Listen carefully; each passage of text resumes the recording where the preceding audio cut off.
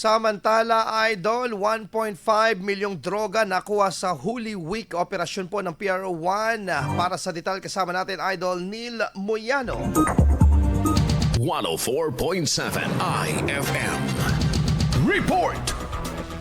Umabot sa 1.2 milyon ang nakuhang iligal na droga sa sinagawang Holy Week o operasyon ng Police Regional Office 1 nitong nakaraang Semana Santa. Nasa 223.6 na gramo ng hinihinalang shabu ang nakuha mula sa 33 drug personalities mula April 18 to 20, 2025. Maliban dito, 73 wanted individuals ang naaresto ng otoridad. Sa kampanya kontra loose firearms, 11 katao ang nahuli habang 87 baril ang nakumpiska at 137 naman ang kusang isinuko. Samantala, ayon sa Police Regional Office 1, General Peaceful ang naging obserbasyon ng Semana Santa sa rehiyon kung saan nauna nang nag-deploy ng 4,618 na pulis sa mga area of convergence para sa Uplan, Sumbak.